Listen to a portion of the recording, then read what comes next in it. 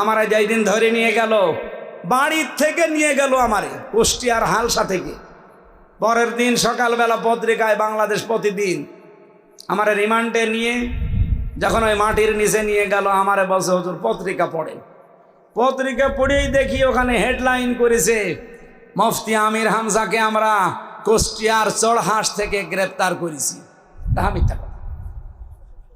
নিয়ে গেল বাড়ির 2 তলার ছাদের উপর থেকে, আর লিখল কুষ্টিয়ার চড়হাঁস থেকে ধরেছি। ওই দিন থেকে যে মিথ্যা আরম্ভ হয়েছে, এজন্য পত্রিকা, মিডিয়া, প্রচার মাধ্যম যা আছে ওরা ইসলামের বিপক্ষে, মানবতার বিপক্ষে কাজে লাগিয়েছে। ওইটা এখন পক্ষে কাজে লাগানো ইসলামে।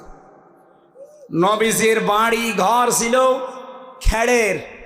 নবীজির বাড়ি ঘরের উপরে চারিদিকে ছিল খেজুর পাতার পাটি, কিন্তু তার বাড়ির সামনে 9টা ঘোড়া বাঁধা থাকতো। কয়টা? তার বর্ম ছিল, জুলফিকার ছিল, মাথার হেলমেট ছিল। পাকিস্তানে অ্যাটম বোম আছে, ভারতে আছে, বাংলাদেশে থাকবে না মানে?